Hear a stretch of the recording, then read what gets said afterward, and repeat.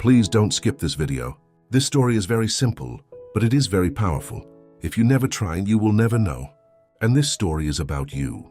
Every day was the same. Same morning, same phone, same thoughts. He had dreams, but he was afraid. He always said, "I will try tomorrow." Fear stopped him.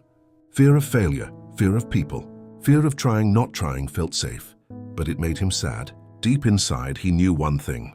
This is not the life I want. One day he asked himself, what is the worst that can happen? So he tried. It was not perfect. It was not successful. But that night, he felt proud. Nothing changed outside. Life was still hard, but something changed inside. Now he was not afraid of trying. Now he believed. Failure did not scare him anymore. Regret did. If you are watching that, this is your sign. You don't need to be perfect.